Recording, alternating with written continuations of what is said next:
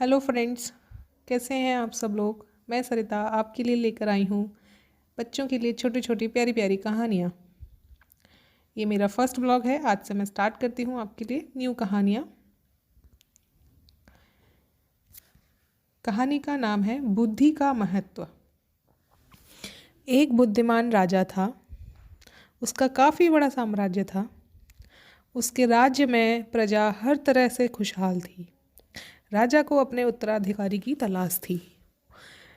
उसके 3 बेटे थे।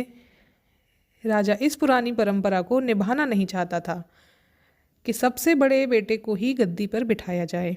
वो चाहता था कि काबिल बेटा गद्दी पर बैठे। इसीलिए उसने सोचा सबसे बुद्धिमान और काबिल बेटा जो होगा उसी को मैं सत्ता सौंपूंगा। इसलिए राजा ने उत्तराधिकारी के लिए तीनों की परीक्षा लेने का फैसला किया। राजा ने तीनों बेटों को अलग अलग दिशाओं में भेजा।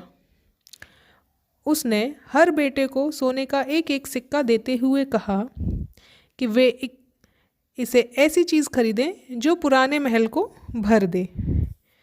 पहले बेटे ने सोचा कि पिता तो सठिया चुके हैं, इससे थोड़े से पैसे से इस महल को किस चीज़ से भर सकते हैं। इसलिए वह एक मैखाने में गया, शराब पी और सारा पैसा खर्च कर डाला।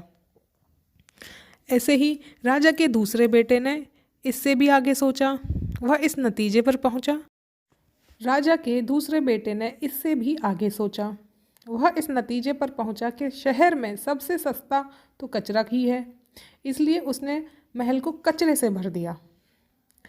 तीसरे बेटे ने 2 दिन तक इस पर चिंतन मगन किया कि महल को सिर्फ एक सिक्के से कैसे भरा जा सकता है। उसने दिमाग लगाया। वह वाकई कुछ ऐसा करना चाहता था कि जिससे पिता की उम्मीद पूरी होती हो। उसने बहुत सोचा, बहुत दिमाग लगाया, फिर उसने कुछ करने की ठानी। उसने मोमबत्ती और लोबान की बाती खरीदी और फिर पूरे महल को रोशनी और सुगंध से भर दिया।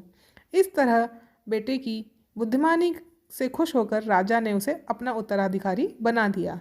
इसी को कहते हैं बुद्धि से हम बहुत कुछ पा सकते हैं। ये कहानी यहीं समाप्त होती है। इस कहानी का मॉरल ये है कि बुद्धि से कुछ भी पाया जा सकता है। Thank you. Please subscribe my channel.